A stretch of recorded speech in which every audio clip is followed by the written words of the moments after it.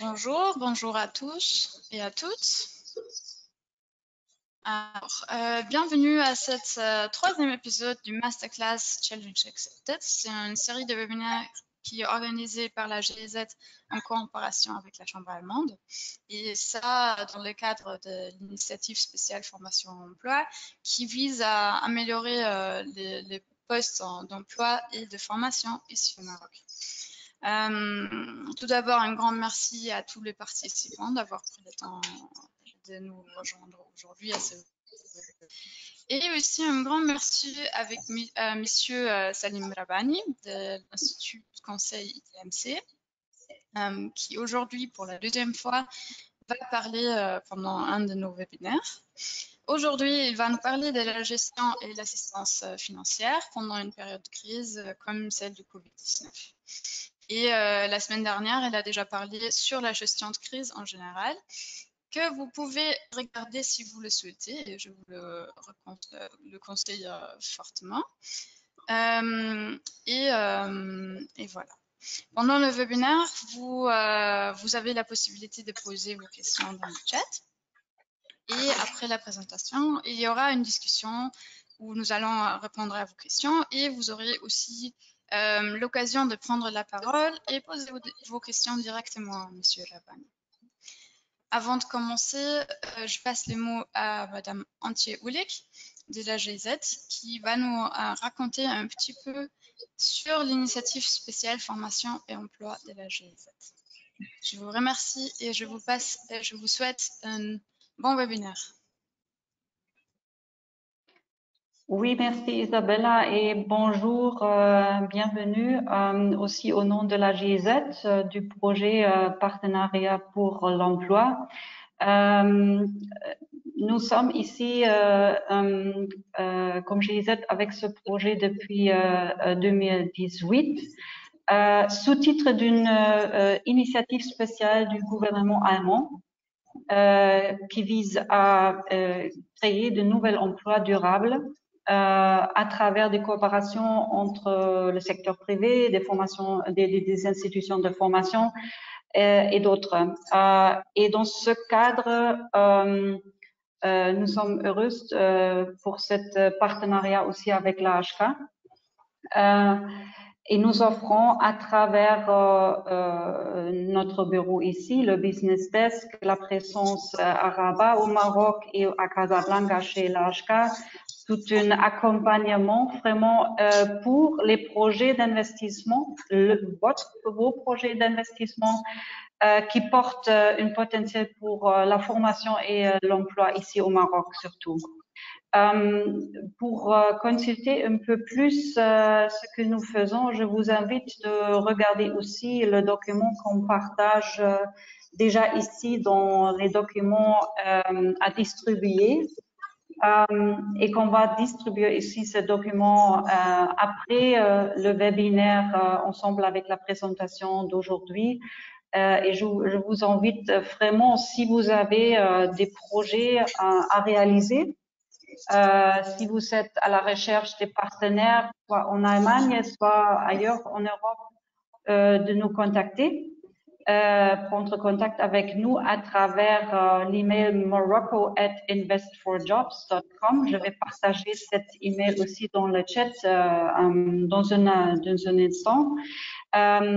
Et maintenant, pour cette webinaire, pour cette série de webinaires qu'on fasse en coopération là, avec la HK, c'est bien sûr qu'un peu cette crise Covid nous a forcé de changer un peu le focus et mettre aussi un peu le focus sur surtout le maintien de l'emploi et d'offrir tout un soutien vis-à-vis le secteur privé, les entreprises moyennes ici au Maroc surtout à créer plus de résilience à établir un peu un état de préparation pour cette nouvelle situation dans les endroits industriels, dans les bureaux aussi et pour tout aspect commerciaux qui sont touchés par cette crise. Et c'est un peu la raison pour laquelle on a initié cette série avec la HK pour vous. Nous sommes heureuses d'avoir un bon nombre aussi des participants qui s'intéressent au thème assistance financière aujourd'hui. Et avec ça, je suis vraiment ravie de passer à vous, Monsieur Rabbani, pour la présentation et j'espère qu'on aura aussi un échange après. Merci beaucoup. Merci Antje, bonjour à tous, salam alaikum, bienvenue à tous à ce troisième jeudi de la masterclass organisée par la HK et la GIZ, que je remercie pour leur brillante initiative. Je me présente donc, je suis Salim Rabbani, le directeur du cabinet de conseil industriel ITMC, qui a été créé en 2012 et qui est spécialisé dans les métiers émergents, notamment l'automobile.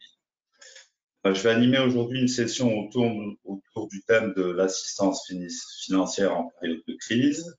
Comme l'ont précisé les modérateurs, on dédiera à la fin de cette session à vos questions. Sans tarder, nous attaquons. Donc, le sommaire de cette session d'aujourd'hui consistera en 5 étapes. Tout d'abord, une introduction. Puis nous aurons droit à 2 sondages. Enfin, une deuxième partie où on va plutôt parler du court terme, comment gérer le court terme dans le cadre financier. La troisième partie s'attachera à analyser plutôt le moyen et le long terme, toujours dans ce cadre financier. Je concentrerai le 4e chapitre sur les dispositifs à l'œuvre en termes de soutien institutionnel en cette période de crise. Et puis, je conclurai par une conclusion. Et à la suite, comme nous l'avons dit, nous pourrons répondre à vos questions. Donc, comme évoqué, nous en sommes à la 3e session. La prochaine session sera réservée aux ressources humaines, le prochain jeudi 8 octobre. Donc, par définition, tout d'abord, et pour placer un peu, je dirais, le débat, la crise est un événement brusque et imprévisible qui modifie notablement les équilibres antérieurs, qui génère un chaos et un désordre plus ou moins long, avant une stabilisation sur un nouvel équilibre. Dans notre cas, actuellement, nous sommes en face d'une crise conjoncturelle, issue d'un arrêt complet de l'économie réelle suite à la crise sanitaire. La situation aujourd'hui est encore incertaine et la visibilité reste très floue sur les scénarios et sur la temporalité de sortie de crise. Les finances de l'entreprise sont le nerf de la guerre dans cette tempête. Il convient donc de les gérer au mieux pour la franchir dans de bonnes conditions et avec un minimum d'impact. Dans une vision optimiste des choses, une position de cash solide permet d'améliorer son positionnement stratégique sur ses marchés de prédilection aujourd'hui, voire permettre un mouvement de diversification ou de consolidation. A contrario, si ça n'est pas le cas, il y a bien évidemment péril dans la demeure, voire risque sur la survie de l'entreprise. À noter que tous les marchés aujourd'hui, nationaux comme internationaux, sont attentifs à toute opportunité business en cette période de crise de liquidité. Cette crise présente des similitudes avec les crises précédentes dans le sens où elle est la conséquence d'un choc sanitaire en l'occurrence et elle se conclut ou je dirais elle se manifeste par une baisse de la demande et une situation où l'offre est supérieure à la demande.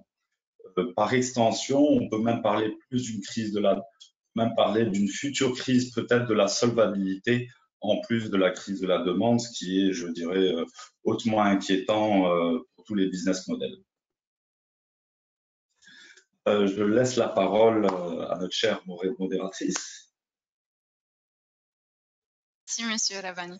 Alors, nous avons préparé deux petites questions pour vous, pour comprendre un petit peu mieux comment vous êtes impacté par la crise. Alors, voilà la première question. De quelle manière votre entreprise a-t-elle été impactée par la crise Covid-19? Est-ce qu'il y avait une part du personnel, un client réduit ou totalement perdu, un accès aux mécanismes de financement réduit, un accès aux moyens de production réduit ou un manque de mobilité de personnel disponible? Vous pouvez répondre aux questions.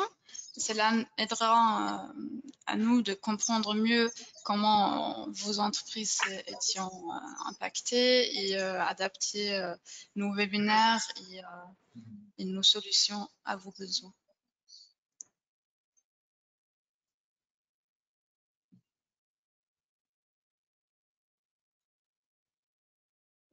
Okay, nous avons déjà pas mal de réponses.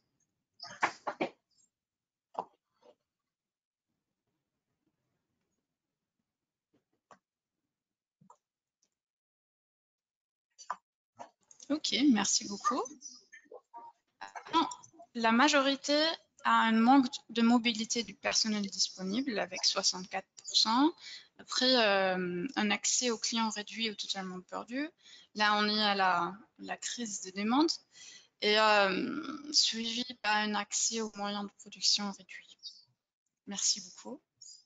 Et la deuxième question que nous avons préparée, c'est est-ce que votre entreprise envisage des modifications au niveau de l'effectif dans les prochains 6 mois à cause de Covid-19? Une augmentation de l'effectif, une réduction de l'effectif, une suspension ou réduction de démarches d'embauche ou aucun changement?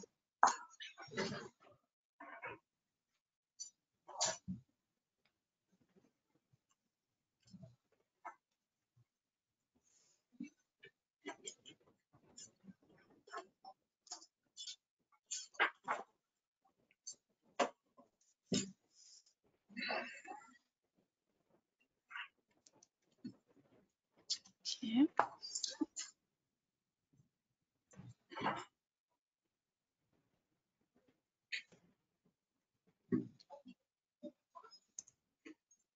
Ok, merci beaucoup pour vos réponses. Alors, nous avons la plupart des entreprises qui ont une suspension ou réduction des démarches d'embauche, mais il y a aussi des entreprises avec un changement ou même une augmentation de l'effectif. Merci beaucoup.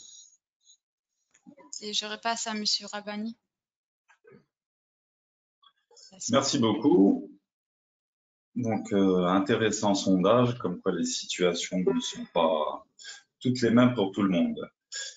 Attaquons la deuxième partie. Donc, comment gérer le court terme de cette crise d'un point de vue financier.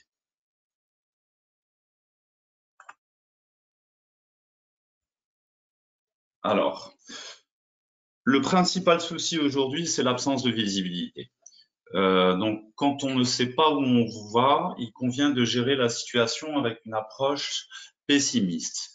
Quand les choses évolueront, il sera temps de rectifier le tir en conséquence. Ce qu'on propose à court terme, c'est d'axer le travail, je dirais, sur 3 points critiques en termes financiers.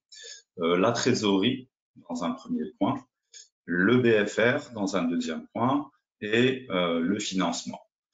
Dans le cas de la trésorerie, il convient d'établir un plan de trésorerie pour les prochains mois pour gérer la situation et anticiper sur des situations de défaut de paiement.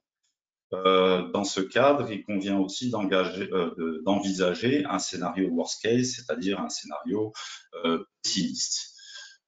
Le deuxième point, le besoin en fonds de roulement, il convient de le gérer activement et de tendre vers une réduction du point mort, c'est-à-dire du point d'équilibre de l'entreprise en termes financiers entre les revenus et les charges.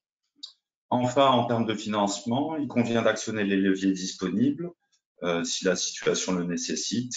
Ça passe par une grosse activité, je dirais, d'échelonnement et de rééchelonnement des différents engagements financiers de l'entreprise.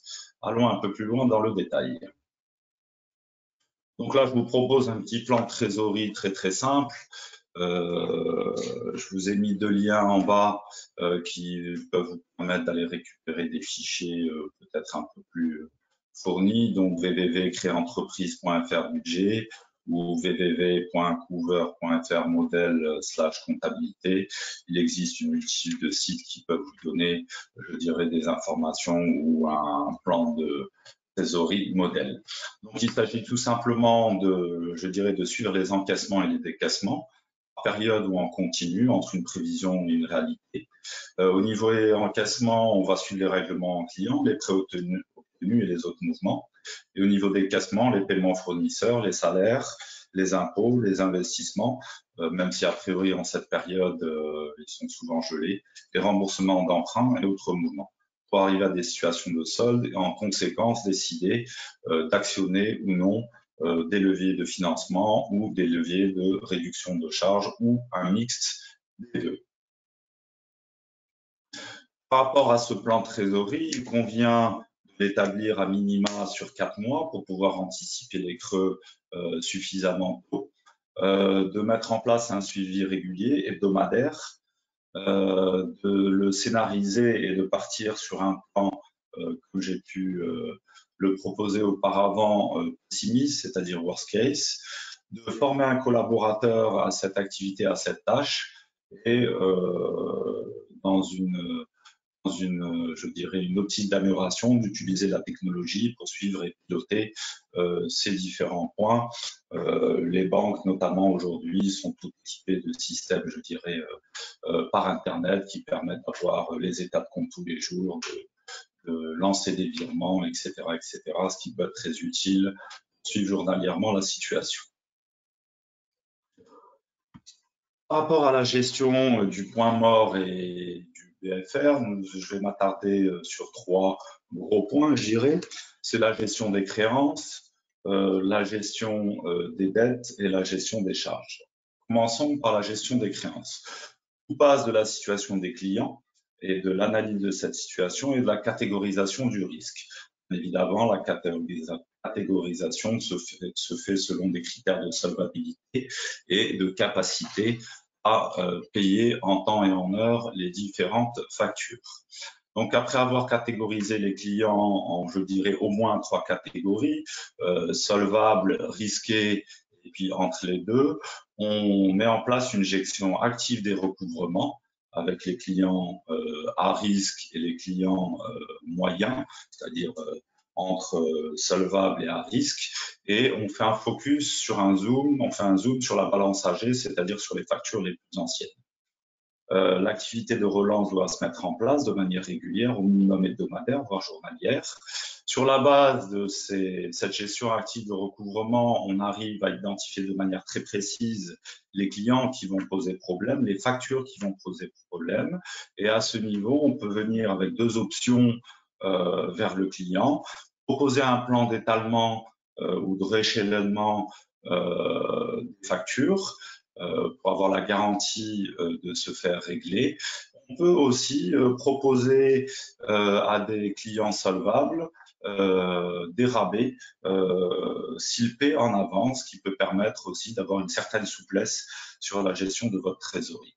Enfin, pour les clients de très bonne qualité, solvables et avec un délai long, il peut être intéressant de switcher, c'est-à-dire de basculer sur la vente de vos factures, soit sous forme d'escompte, soit sous forme de factoring. On reviendra ultérieurement sur ces 2 notions pour les expliciter un peu plus et pour donner quelques informations sur leur coût d'accès au Maroc. Donc, je dirais voilà pour la gestion des clients, un petit processus minimaliste, mais qui permet de gérer de manière très efficace les clients, les créances et leur impact sur la trésorerie de l'entreprise. La gestion des dettes, donc des fournisseurs. De la même manière, les fournisseurs sont stratégiques, tous. Donc, il convient de faire la situation fournisseur par fournisseur, de l'état des stocks, l'état des livraisons et l'état de la balance de paiement et du compte fournisseur. Sur cette base-là, de la même manière, on va catégoriser les risques. Au moins 3 catégories à trier. Fournisseurs à risque, c'est-à-dire éventuellement un risque de faillite ou autre, donc arrêt des livraisons. Fournisseurs ni à risque ni en parfaite santé, donc à suivre, et fournisseurs en bonne santé, donc où on sait que la livraison va être faite, mais où il convient par contre, je dirais, de gérer de manière intelligente le compte fournisseur pour ne pas générer des blocages, je dirais, artificiels. Donc, piloter en fait le seuil de blocage de ces fournisseurs. À partir de cette catégorisation, on rentre de la même manière que pour les clients dans une gestion active des paiements, avec un zoom sur les seuils, en s'attachant à être toujours à la limite des seuils, à ne pas les franchir, en s'attachant également à gérer les fournisseurs stratégiques à risque, voire aller ressourcer si un risque, je dirais, d'arrêt apparaît qui met en danger votre propre activité. Sur la base de cette gestion active des paiements, on a une vision plus précise des fournisseurs, de leur état, de leur capacité, je dirais, à livrer et à encaisser des délais de paiement plus longs. À l'inverse, à identifier les fournisseurs, je dirais, critiques pour l'entreprise, mais qui présentent des risques d'arrêt. En conséquence, je dirais, on lance des actions qui vont avoir pour effet de réduire le point mort de l'entreprise. Tout d'abord, un plan d'étalement, je dirais, des paiements pour soulager la trésorerie de l'entreprise. On peut aussi réfléchir à la négociation de contrats de consignation de stock avec les fournisseurs, ce qui permet de retarder, je dirais, les boucles de paiement en gagnant, je dirais, votre stock en jour dans vos ateliers ou dans vos magasins. La troisième piste, c'est bien évidemment aller vers de la réduction des stocks. La consignation est un formidable moyen de réduction de stocks important et bien sûr je dirais, de décroissance du BFR et de baisse du point mort. Enfin, comme j'ai pu l'évoquer au point précédent, il est important de lancer aussi des sourcing fournisseurs, c'est-à-dire une recherche de nouveaux fournisseurs sur les fournisseurs stratégiques à risque, mais également sur les fournisseurs sur lesquels éventuellement on envisage ou on anticipe des problématiques de paiement et financières. Enfin, dans les ultimes cas, je dirais, lorsqu'il s'agit d'un fournisseur extrêmement important pour l'entreprise, qui est quelque part est vital pour sa survie et qui est quelque part aussi en fait le porteur de l'avantage stratégique de l'entreprise sur son marché, éventuellement une option existe, je veux dire, pour intégrer et faire participer le ou les fournisseurs stratégiques dans le capital de l'entreprise en transformant les dettes fournisseurs en capital. Bien sûr, cette option est une option, je dirais, de niveau stratégique. Il convient de réfléchir longuement, mais qui peut s'avérer très, très judicieuse dans ces temps, je dirais, difficiles. Voilà en ce qui concerne la gestion des fournisseurs. En ce qui concerne le troisième point, donc toujours dans une optique de réduction du point mort et de gestion du BFR, les charges. On part donc d'une situation des charges fixes et variables.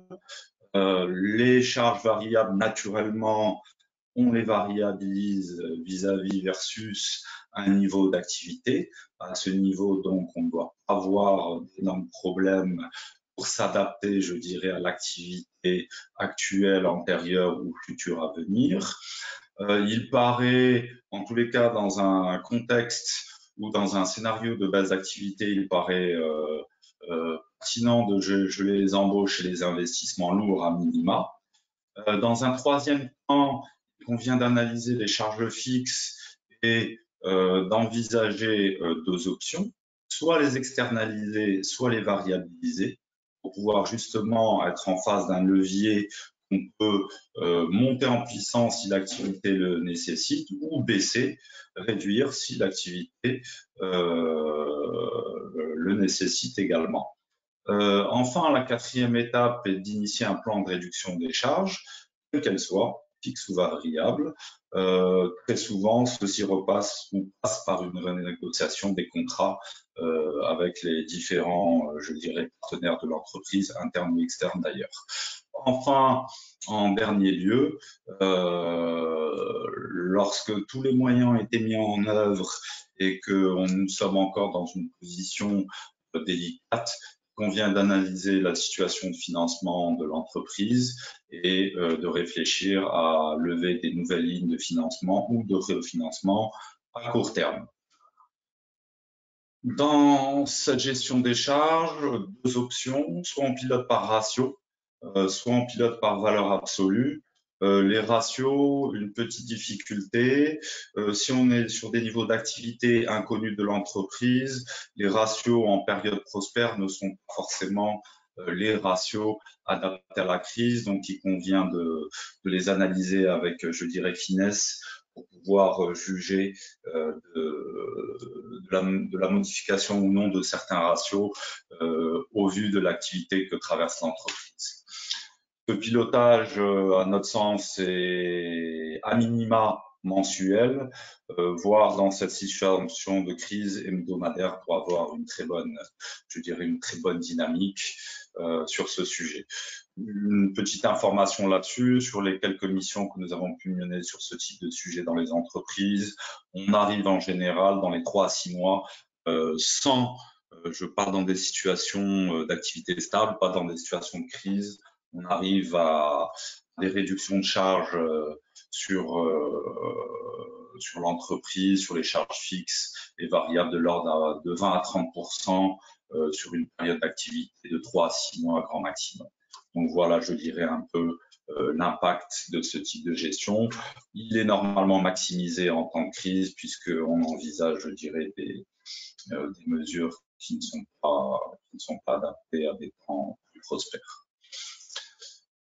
Donc, les instruments financiers pour gérer le court terme, l'escompte que j'ai pu évoquer, c'est une opération au cours de laquelle une entreprise va céder ses effets de commerce à la banque et en échange va lui avancer les montants ou le montant des effets de commerce, des déductions faites, des frais et des intérêts qu'elle perçoit.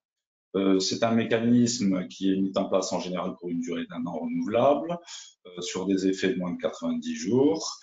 La banque prend en compte des effets non risqués. Les risques de recouvrement sont à la charge de l'entreprise.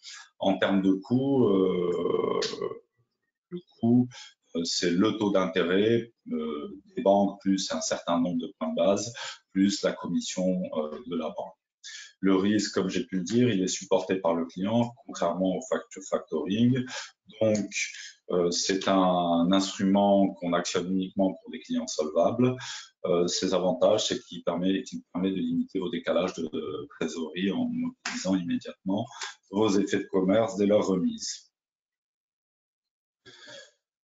Le deuxième instrument financier, c'est la facturage ou le factoring. Ça correspond à une solution de financement basée sur les transferts des créances d'une société vers une autre société. Le mécanisme, la société d'affacturage reprend les factures émises pour chaque client, effectue la gestion des comptes clients, relance, recouvrement, encaissement. En fonction de la solvabilité des clients, le facteur doit supporter les pertes éventuelles sur les factures et reçoit une commission en conséquence pour les services qu'il offre. Le coût de financement est variable, il est comparable au coût de financement pratiqué par les banques. La commission de service représente entre 0,5 et 1% par rapport au chiffre d'affaires pris en compte. Il est bien évidemment directement lié à la qualité de la créance, puisque la société de factoring prend en charge le risque de recouvrement. Le lead-back est un instrument différent, non directement à la trésorerie ou aux créances, mais un instrument lourd, je dirais presque, qui permet de générer un afflux de cash conséquent dans l'entreprise. C'est un instrument qui est utilisé dans des cas, je dirais, critiques, voire ultimes. Quel est son principe? Il correspond à une solution de financement par laquelle une entreprise vend un actif, principalement immobilier en général, récupère en location pour une longue période avec une option de rachat au terme du contrat. Cette technique permet de générer de liquidités immédiates. La valeur se fait en négociation, bien sûr, de gré à gré, très souvent, en suivant la valeur nette comptable du bien en question ou celle qui aurait cours sur le marché. Grosse différence, bien évidemment. Le coût dépend également du premier loyer versé. Bien évidemment, dans une situation de crise, la négociation est difficile, mais d'expérience, alors nous avons fait un séminaire il n'y a pas très longtemps où on avait eu un retour de la part des intervenants qui explicitait que dans une situation telle que celle dans laquelle nous sommes aujourd'hui, il paraissait quand même difficile, je dirais, de vendre en leaseback des actifs à plus de 60-65% valeur de marché, je dirais ça comme ça. Par contre, dans des situations plus calmes, on arrive en général à négocier sur des montants quand même conséquents et très proches des valeurs de marché. Le principal avantage, c'est que c'est une opération qui permet de récupérer de la trésorerie à partir de biens appartenant à la société et restant je dirais, entre guillemets, en parenthèse, à la société. Elle ne change en rien à l'utilisation du bien, l'ancien propriétaire gardant l'usage du bien après sa vente à l'organisme financier. Voilà pour la gestion sur le court terme. Attaquons le moyen et le long terme. Bon, les problématiques récurrentes que l'on constate dans les TPME au Maroc sont les suivantes.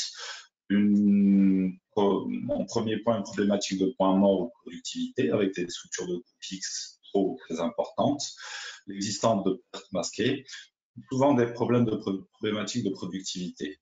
Une gestion du BFR et de la trésorerie avec des délais de paiement clients de plus en plus allongés, trésorerie tendue et des délais fournisseurs qui se resserrent. Des positions d'entreprise surendettées avec des niveaux de dette très à la limite du soutenable, des lignes de découvert surutilisées et des entreprises très souvent insuffisamment capitalisées. Au niveau des allocations de fonds, des fonds de roulement insuffisants, des investissements moyen long terme financés par des lignes bancaires court terme et très peu de réserves laissées à l'entreprise. Et aussi, on constate des problématiques de gestion, de vision stratégique, tableau de bord, indicateurs, très peu ou manque de formation et un manque d'encadrement. Voilà, je dirais les 5 points récurrents dans le tableau économique local. Donc pour le moyen terme, ce que nous préconisons, c'est de réaliser un peu le même conseil que nous avions donné lors de la session précédente consacrée à la gestion de crise, c'est d'analyser, de faire une analyse approfondie de la situation, je dirais, pour prendre des mesures à moyen terme adéquates. D'abord, il convient d'analyser la compétitivité économique de l'entreprise via une analyse de la concurrence, une analyse de la marge brute, de la VA et de la productivité. Il convient aussi d'analyser la pérennité financière via une analyse du BFR et des ratios de liquidité endettement de l'entreprise. Et il convient aussi d'analyser la rentabilité, le potentiel de développement de l'entreprise via une analyse SWOT et une analyse de la rentabilité économique et financière. Donc 3 piliers. L'analyse de la compétitivité économique, quelles sont les questions que l'on doit se poser? D'abord, comment évoluer l'activité de l'entreprise, son chiffre d'affaires sur les 3 dernières années, sa marge brute, comment elle se positionne par rapport à ses concurrents, est-elle dominante sur son marché ou non, comment elle crée de la valeur, quel est le niveau de la valeur ajoutée, faible, élevé, quelle est la productivité de sa main-d'œuvre étant envisagée au sens large du terme, la main-d'œuvre de l'opérateur dans l'atelier jusqu'au directeur général dans son bureau.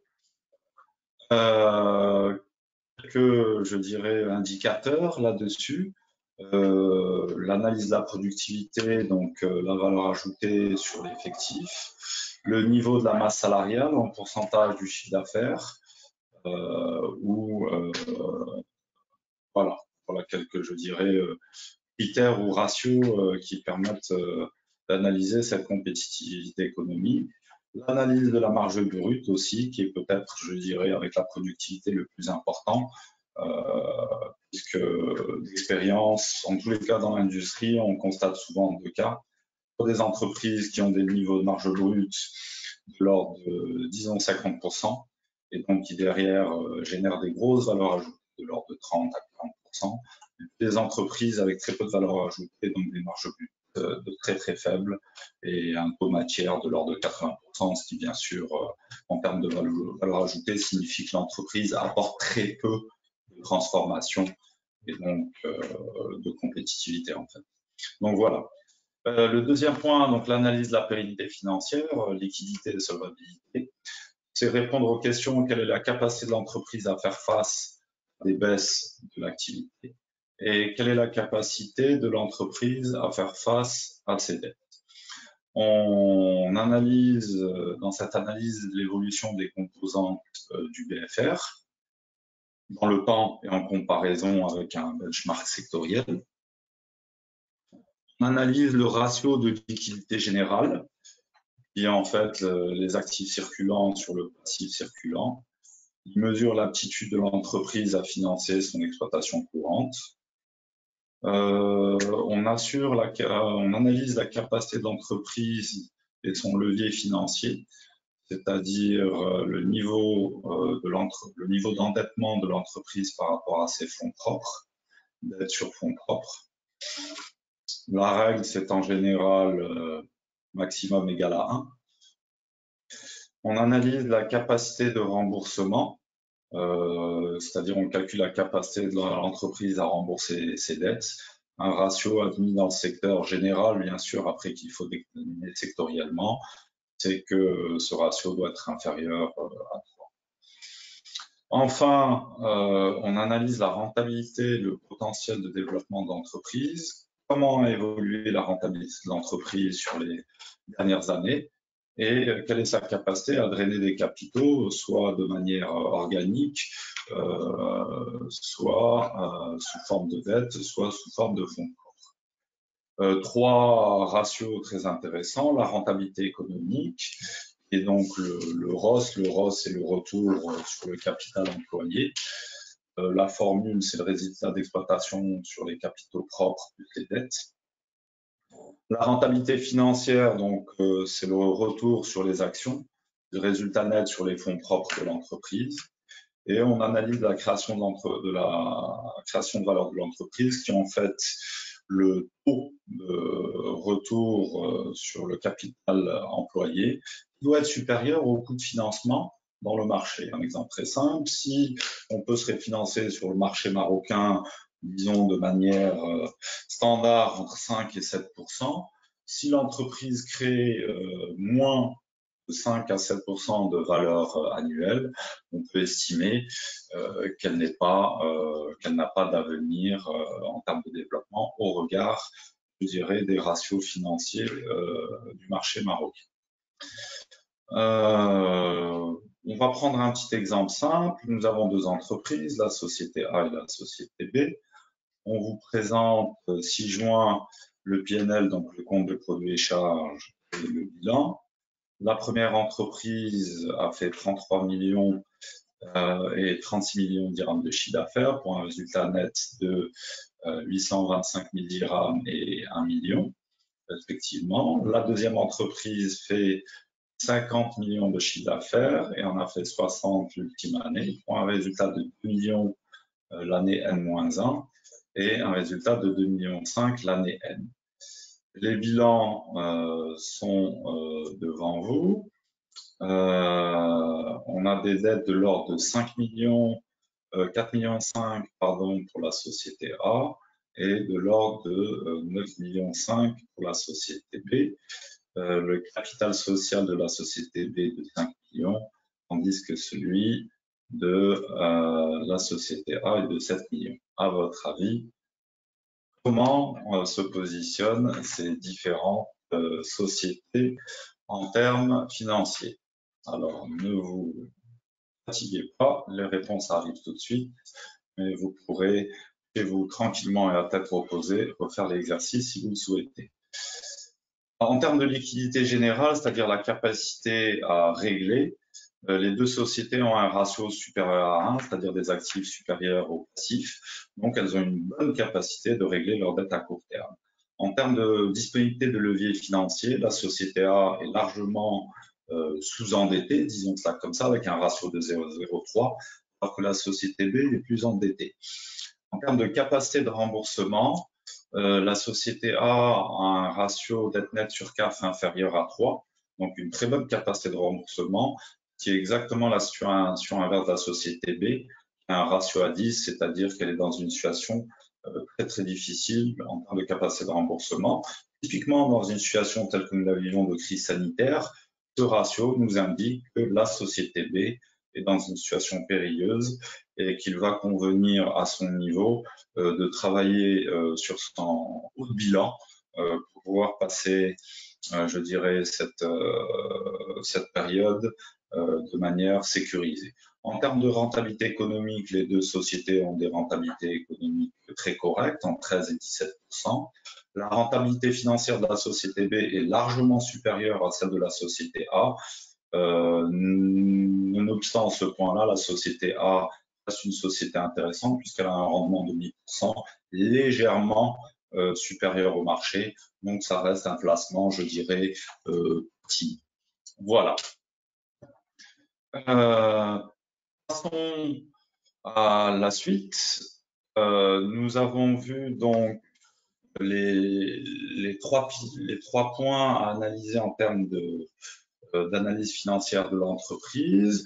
Sur cette base-là, et sur la base des actions lancées à court terme, je dirais, dans le cadre du diagnostic, on va aboutir à un chiffrage, je dirais, des scénarios futurs de l'entreprise, 3 composants, 3 scénarios à développer. Bien sûr, dans le cas d'une entreprise qui est dans une situation difficile, le cas inverse existe aussi aujourd'hui. 3 scénarios, un scénario A avec des pertes de revenus de 15%, un B avec 25% de perte de chiffre d'affaires et un C extrême avec 45% de perte de chiffre d'affaires. Et en face, dans cette matrice, on va mettre 3 plans de charges. Un plan A où l'entreprise n'arrive pas à réduire ses charges, un plan B où l'entreprise arrive quand même à réduire ses charges de l'ordre de moins 15% ensuite, ce qui a été fait au niveau court terme, et puis un plan C qui aboutit à un résultat de moins 25% de charges de l'entreprise. Sur cette base-là, on arrive à 9 scénarios. Je vais vous en décrire 2 extrêmes. Le cas optimiste et le cas pessimiste, disons ça comme ça. En cas optimiste, donc qui correspond au scénario A et au plan C, avec cette matrice, je vois que j'ai 24 mois encore je dirais, de capacité financière à vivre et que ma position fin d'année sera de 14 millions. Donc, dans ce scénario et ce plan, voilà ma visibilité. Donc, j'irai position a priori inconfortable. Donc, bon, on voit l'avenir sereinement si on s'intègre dans ce scénario et ce plan, l'avenir le dira. Le scénario et plan pessimiste, c'est 45% de perte de revenus et pas de baisse des charges. Donc là, le scénario pour mon entreprise va être le suivant. 6 mois de soutenabilité financière et puis une position fin d'année à 3 millions. Donc 6 mois de viabilité devant moi. En tant que chef de entreprise, il convient d'engager des mesures, je dirais, conséquentes pour pouvoir survivre. De suite, si je décide de réduire de 25% les charges, j'aurai une période de survie en passant de 6 à 12 mois et que ma position de cash passe de 3 à 8 millions. Donc voilà rapidement cette matrice, elle permet d'envisager tous les scénarios, toutes les possibilités. Et sur cette base-là, on prend le scénario pessimiste et on construit, je dirais, le futur de l'entreprise sur cette base-là. Si la situation évolue, on bascule sur un autre scénario, un autre croisement scénario 1 et on poursuit. Alors, bien sûr, après le diagnostic, il convient de prendre des décisions. Qui prend les décisions? Dans un tiers des cas, voire un plus, c'est le PDG. Dans 15% des cas, c'est le board, le conseil. Dans 10% des cas, c'est la fonction financière qui prend la décision. La notion de management de risque ou de risk manager au Maroc est encore embryonnaire. Donc, j'imagine que les 20% se ventillent entre le PDG et la direction financière. Classiquement, dans une situation difficile de crise, si on est en crise, bien sûr, les décisions classiques sont les suivantes. On gèle les recrutements, on gèle les investissements, on engage des mesures de réduction des capacités et des activités. Et puis, on se pose 3 questions fondamentales. Le business actuel est-il viable ou non? Convient-il de le maintenir? Si la réponse est oui, c'est bien. Si c'est non, on se pose 2 autres questions. Y a-t-il intérêt à aller vers une diversification de produits? Quels sont les produits accessibles pour l'entreprise? Même question pour le marché. Et lorsque ces 3 questions n'apportent pas de réponse des positive, il convient d'envisager, je dirais, des options de médiation, redressement ou liquidation. Ceci étant dit, abordons le dispositif de soutien qui a été mis en place par l'État et, je dirais, toutes les filiales ou succursales de l'État. Alors, avant d'attaquer le support institutionnel, un petit sondage pour vous. Avez-vous, vous-même et votre entreprise, bénéficié du support institutionnel relatif à la trésorerie, d'Aman Oxygène, Relance ou autre outil de ce même type? Merci pour votre participation.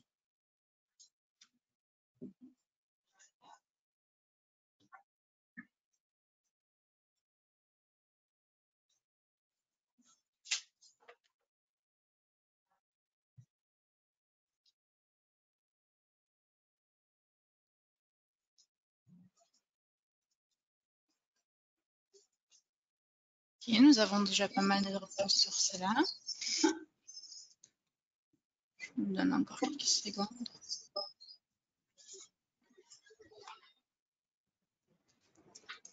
Ok, super, merci beaucoup. On a 65% qui n'ont pas bénéficié du support institutionnel, 24 qui sont en cours et 12 qui ont dit oui.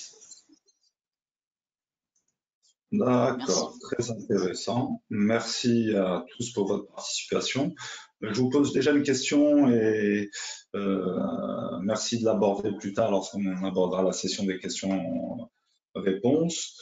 Je suis interpellé par le faible taux de oui, c'est-à-dire seuls 12% des entreprises qui ont bénéficié de ce support. La question que je me pose, c'est est-ce que ce taux est faible parce que les autres entreprises n'y ont eu besoin de cet instrument ou est-ce qu'elles nous ont éprouvé des difficultés et donc n'ont pas pu bénéficier de l'accès à ce dispositif?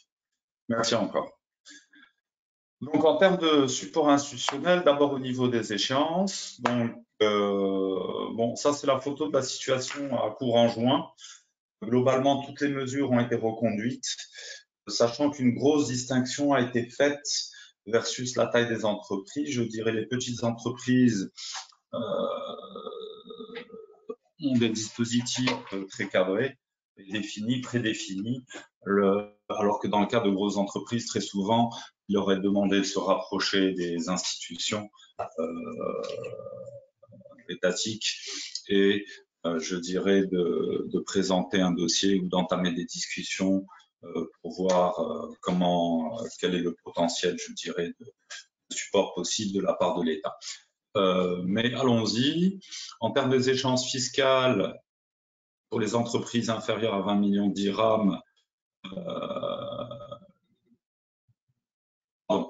pour les entreprises supérieures à 20 millions de dirhams et concernant les échéances fiscales, elles peuvent solliciter des mesures de bienveillance leur permettant de bénéficier d'un étalement ou d'un report du paiement de l'impôt.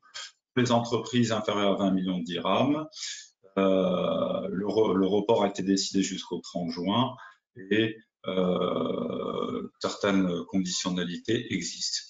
Concernant les échéances sociales, idem, suspension des charges jusqu'au 30 juin. Possibilité d'échelonner sur 12 mois, demande à formuler sur le portail covid19.cnss.ma. Pour bénéficier de ces mesures sociales, pour les entreprises, en termes de cessation d'activité, l'employeur doit pouvoir justifier qu'il a dû cesser provisoirement l'exercice. Sur la base de l'état d'urgence. Le CA déclaré doit avoir baissé de 50% au titre d'avril, de mai, de juin, comparé à la même année, comparé à 2019. Pardon. Et le nombre de salariés déclarés au titre de février doit être inférieur à 500 personnes. Pour le nombre de salariés dépassant les 500, le chiffre d'affaires déclaré est en baisse de 25 à 50%. Il convient de faire une demande qui va être soumise à une commission. Donc toujours les informations disponibles sur le site covid19.cnss. Quelles sont les conditions à respecter en cas de réduction du temps normal de travail? Il convient tout d'abord, et ça je le rappelle à tout le monde, consulter les représentants syndicaux s'il y en a, c'est-à-dire au-delà de 50 personnes dans l'entreprise. Le salaire à payer en cas de chômage technique ne peut en aucun cas être inférieur à 50% du salaire normal, et cette période ne peut pas dépasser 60 jours par an. L'autre étape, si on se situe dans un cadre plus extrême que celui-ci, est le licenciement économique. Je ne l'aborde pas dans cette présentation, mais éventuellement, si vous avez des questions, on pourra l'aborder en aparté ou lors de la session des questions. Donc voilà pour la CNSS. Bien sûr, les salariés figurant sur les bordereaux de février sont éligibles à l'indemnité de 1000 dirhams de la CNSS. Attaquons maintenant les supports plutôt institutionnels orientés trésorerie. Là, on a parlé auparavant de ce qui était échéance fiscale et sociale et masse salariale. Le produit d'Aman Oxygène. Donc, c'est un mécanisme temporaire mis en place par la CCG. La cible, c'est les entreprises qui ont un chiffre d'affaires de moins de 500 millions de dirhams, tout secteur confondu. A priori, il a été étendu aux entreprises de plus de 500 millions de dirhams sur dossier. A priori, je précise. Financement, il est consacré au financement exclusif des charges vitales de l'entreprise. 50% dédié aux charges de type loyer, personnel, maintenance. Un paiement ne peut pas être différé. Et 50% consacrés aux fournisseurs. Sont exclus tout ce qui est leasing, remboursement de dettes, charges financières. La mesure est accouplée au report des échéances relatives au crédit bancaire, dettes, leasing, jusqu'à fin juin sans coût supplémentaire.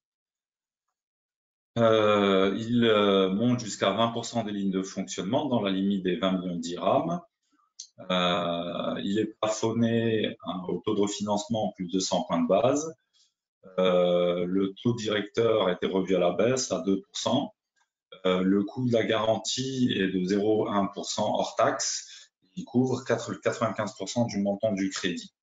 Le remboursement doit se faire in fine au plus tard le 31 décembre 2020, mais le législateur a prévu le cas d'un défaut. Dans ce cas-là, le découvert est alors amorti sur une période n'excédant pas 5 ans. Le délai du déblocage était initialement limité au 30 juin, mais il a été étendu depuis jusqu'au 31 décembre. Donc, vous avez jusqu'au 31 décembre pour pouvoir bénéficier de ces mesures. L'entrepreneur doit venir auprès de sa banque muni d'un plan de trésorerie. La situation à aujourd'hui, alors je n'ai pas la vision sur toutes les banques, mais je sais que sur certaines banques, les dossiers n'avancent plus et que, alors je ne sais pas pour quelle raison, dans tous les cas, il y a une situation de blocage sur Aman Oxygène et aussi Relance. Je serais intéressé par le retour des participants sur la situation aujourd'hui, dans le cas où ils auraient fait des demandes. En ce qui concerne Crédit Relance, qui est un dispositif qui est venu un peu plus tard que d'Aman Oxygène et qui est un peu plus conséquent, deux formules, TPE et pour les entreprises plus grosses. Donc pour les TPE, c'est pour les entreprises ayant un chiffre d'affaires inférieur à 10 millions de dirhams. Il est plafonné à 1 million de dirhams, à un taux de 3,5% hors taxe par an. Pour une période de remboursement pour aller jusqu'à 7 ans avec 2 ans de différé au maximum. La garantie de la CCG couvre 95% du montant du crédit. Pour les TPE ayant un chiffre d'affaires supérieur à 10 millions de dirhams, il est plafonné à 100 millions de dirhams. Le taux reste le même. Les délais de remboursement et les différés les mêmes. Et la garantie de la CCG se découpe en 3 paliers. 80% pour les entreprises dont le chiffre d'affaires est supérieur à 500 millions de dirhams, 85% pour les entreprises entre 200 et 500 et 90% pour les entreprises dont le chiffre d'affaires ne dépasse pas 200 millions de dirhams. Donc voilà pour ce produit d'Aman qui est plus, je dirais, robuste et plus volumineux que le produit d'Aman Oxygène.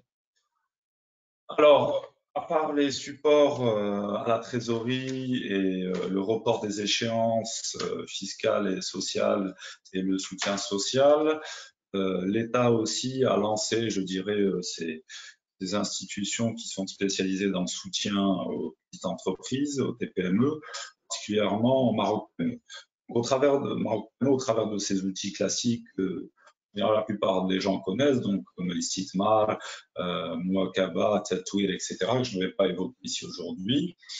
Et un PME a mis en place un dispositif spécifique anti-Covid pour supporter les entreprises au travers de 6 éléments, essentiellement de l'apport en conseil, en mission, en support. Les missions sont subventionnées jusqu'à hauteur de 80% par Maroc PME. Elles s'étagent sur 6 étapes principales. La première étape, c'est optimiser la production et la supply chain. La deuxième, c'est gérer la trésorerie, initier le plan de relance et mitiger les risques. Le troisième élément, c'est gérer la trésorerie et le plan de financement. Le quatrième élément, c'est accompagner les ressources humaines et les dirigeants. 5 éléments, c'est sécuriser et développer les ventes. Et le 6e élément, c'est transformer numériquement l'entreprise. Bien évidemment, l'entreprise a le choix de choisir le kit complet, dirais-je, ou un des éléments juge pertinent dans sa situation actuelle. Voilà l'approche vue d'une autre manière. Et comment nous l'avons vu, puisque c'est un produit auquel nous avons contribué à participer, à élaborer avec Maroc PME. Donc, première étape, ne pas mourir en assurant la santé du personnel et en assurant la production. Deuxième étape, survivre en assurant la continuité des activités. Troisième étape, gérer la finance pour vivre et sécuriser la trésorerie. Quatrième étape, fédérer les ressources humaines, supporter le changement qui, de fait, est en cours. Cinquième étape, développer les ventes pour prospérer ou pour continuer à vivre, reconfigurer l'offre produits-services au regard du nouveau marché qui se présente à nous. Et enfin, sixième étape, digitaliser pour avoir une configuration à toute épreuve. Donc voilà pour Maroc PME. En synthèse, donc, Maroc PME offre aussi une ligne de crédit de trésorerie, mais d'un faible montant de l'ordre de 15 000 dirhams de mémoire, un taux de 0%. Donc c'est, je dirais, intéressant que pour les très petites entreprises. Elle offre aussi des programmes où elle subventionne 70% des investissements matériels et immatériels. J'ai pu le dire déjà, elle subventionne 80% des missions à l'assistance anti-Covid-19. Et enfin, en passant par notre cabinet, vous avez 98% de chances de faire accepter votre dossier, donc n'hésitez pas. L'éligibilité pour Maroc PME, voilà les conditions. Bien sûr, ça s'adresse aux entreprises de droit marocain en règle au niveau fiscal et avec la CNSS, qui ont au moins 2 ans d'existence, qui ont un chiffre d'affaires hors taxe inférieur à 175 millions de dirhams. Imtiez finance vos investissements à hauteur de 20%, plafonné à 5 millions de dirhams, mais certains dispositifs liés aux écosystèmes montent plus haut jusqu'à 70-80%, comme j'ai pu le dire, mais c'est du très spécifique. Moussanada finance vos missions de conseil et d'assistance à hauteur de 60% minimum, plafonné à 1 million de dirhams. Et le dispositif Covid-19, lui, finance vos missions de conseil et d'assistance à hauteur de 80%, également plafonné à 1 million de dirhams. Donc, en conclusion, on peut dire que l'État a mis en place des instruments pour aider les entreprises dans la mesure du possible. Il convient de les utiliser si la situation l'impose. Conclusion, c'est le mot de la fin, je dirais, lorsque la situation est incertaine, on prépare le pire et on espère le meilleur. En synthèse, dans une situation difficile, donc en premier lieu, on peut bénéficier du support et des injections des liquidités ou des programmes décidés par les États. Autre étape, on peut liquider des actifs non stratégiques. On peut élargir les actionnaires et accéder à des nouvelles sources de financement de cette manière. Et puis enfin, on peut se diversifier en ultime, je dirais, réponse à la situation. 2 liens utiles pour vous. Marocco a un AHKDE, nos amis de la Chambre allemande de commerce et d'industrie au Maroc. Et comme l'a si gentiment suggéré Madame Antje, www.giz.de pour pouvoir bénéficier de l'assistance et du support de la GIZ qui, comme l'a dit Antje, est très, très orienté aujourd'hui dans la préservation et le maintien de l'emploi et fait des gros efforts dans ce sens pour le tissu économique marocain. Les contacts du cabinet, si vous avez des questions ou quoi que ce soit, nous sommes à votre disposition. Et enfin, merci de votre attention et merci à la Chambre de commerce allemande et à la GIZ pour leur initiative. Et merci au ministère de l'Industrie également qui soutient cette activité. Merci beaucoup, Monsieur Rabani, pour cette présentation vraiment intéressante. Nous avons déjà une première question d'un participant qui aimerait aussi prendre la parole. Alors, monsieur, vous pouvez maintenant activer votre microphone et poser votre question à Monsieur Rabani.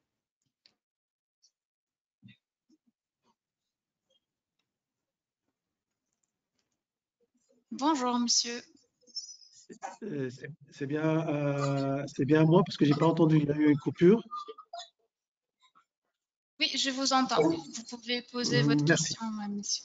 Merci, Monsieur Rabani, pour vos deux présentations intéressantes que j'ai suivies d'ailleurs avec grand intérêt. Merci à la GIZ et à HK pour son cycle de webinaire et le soutien des entreprises pour l'emploi. Alors, ma question, Monsieur Rabani, est la suivante. Est-ce que dans le cadre, nous avons, dans le groupe, nous avons plusieurs sociétés, dans une à trésorerie excédentaire. Dans le cadre des financements, est-ce que nous pouvons procéder à une transaction entre les sociétés sous forme de dette à rembourser quand la capacité de remboursement le permettra? Ça, c'est juste pour cette période de crise. Est-ce qu'il y a cette possibilité? Si c'est oui, est-ce que ça peut poser un problème fiscal dans le cadre d'un contrôle? Merci. Alors, bonjour monsieur, merci pour votre question qui est très intéressante. Alors oui, vous avez la possibilité de financer votre filiale. Fiscalement, la seule contrainte que vous avez, c'est de le faire d'une manière, je dirais, officielle, c'est-à-dire moyennant un contrat ou une convention. Vous devez aussi respecter un taux minimum d'intérêt. À minima, vous devez respecter le taux de la Banque centrale plus un certain nombre de points de base, chose qui convient de vérifier avec votre banque puisque le nombre de points de base qu'il faut ajouter est fluctuant et dépend je dirais, de la loi de finances en cours. Donc voilà, si c'est fait dans ces conditions, normalement fiscalement, le fisc n'y trouve rien à redire.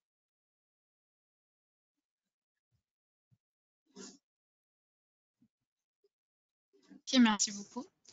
Nous avons une autre question. D'abord, j'invite tous les participants à poser vos questions dans le chat ou bien si vous voulez prendre la parole, cliquez sur le petit icône avec une main et comme ça nous savons que vous voulez prendre la parole et nous allons activer votre microphone. Par ça, nous avons une question dans le chat. Alors, pourquoi une telle importance accordée à la communication et à la mise en place d'une cellule de crise, Monsieur Rabani? Excusez-moi, est-ce que vous pouvez répéter la question? Bien entendu. Pourquoi une telle importance accordée à la communication et à la mise en place d'une cellule de crise?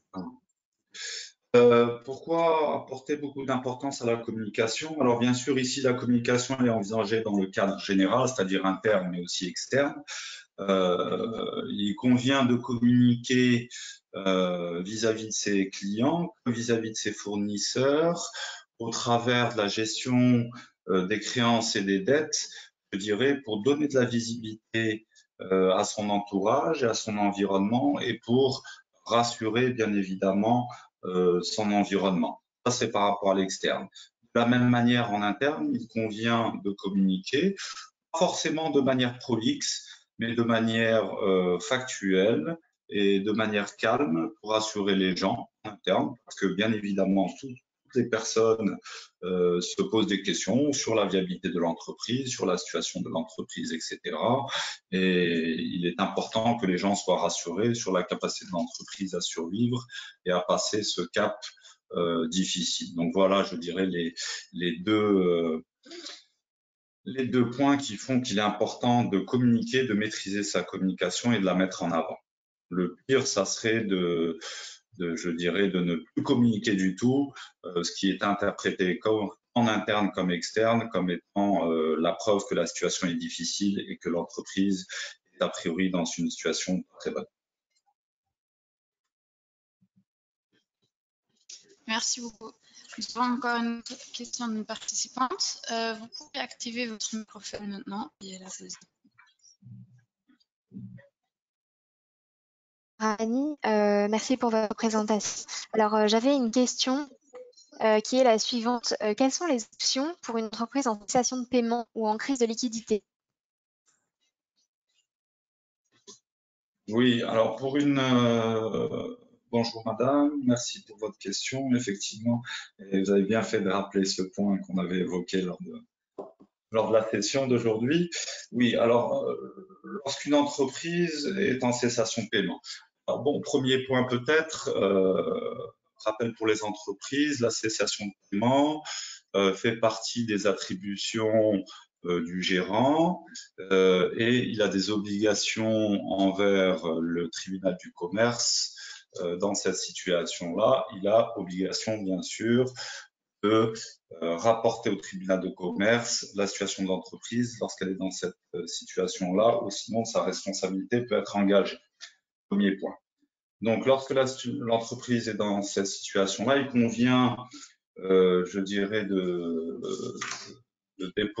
faire une demande au tribunal du commerce en apportant les éléments nécessaires pour une demande de médiation, je dirais, puisqu'il y a 3 étapes dans la liquidation d'une entreprise. On a d'abord la médiation, où le tribunal du commerce, via un syndic ou non, juge la situation et s'attache à mettre en place un plan, je dirais, de revitalisation de l'entreprise. Deuxième, qui engage d'ailleurs l'entreprise. Lorsque ça ne marche pas, on passe à une deuxième phase qui est le redressement, où là, le syndic est de fait en charge de la situation. Éventuellement, on va chercher un repreneur ou voir en interne s'il y a une possibilité de remettre sur pied l'entreprise. Voilà. Lorsque le plan de redressement ne fonctionne pas, on arrive à la phase de liquidation, où là, le syndic, je dirais, estime l'ensemble des actifs de l'entreprise, règle les créances de l'entreprise dans l'ordre prioritaire qui est défini par la loi, donc l'État, les fournisseurs et puis les salariés. Et s'il reste quelque chose, tant mieux. S'il n'y a pas assez, tant pis pour tout le monde. Donc voilà, je dirais les 3 étapes. Une première étape médiation, un redressement, puis une liquidation lorsque la situation n'est plus sauvable. Ok, merci beaucoup, Monsieur Rabani. Apparemment, nous n'avons pas d'autres questions. Mais quand même, j'invite les participants, si vous avez d'autres questions, de nous les envoyer par email afin que nous puissions les répondre. Je vous remercie donc encore une fois, Monsieur Rabani, pour votre présentation et votre intervention à ce 3e épisode de cette série de webinaires. Je vous invite, les participants, de vous inscrire aux prochains épisodes sur les ressources humaines, sur le marketing digital et sur le business development. Je vous souhaite encore une bonne journée et je vous remercie pour votre participation. Merci beaucoup, merci à tous et bonne fin de semaine. Au revoir. Merci, bonne journée.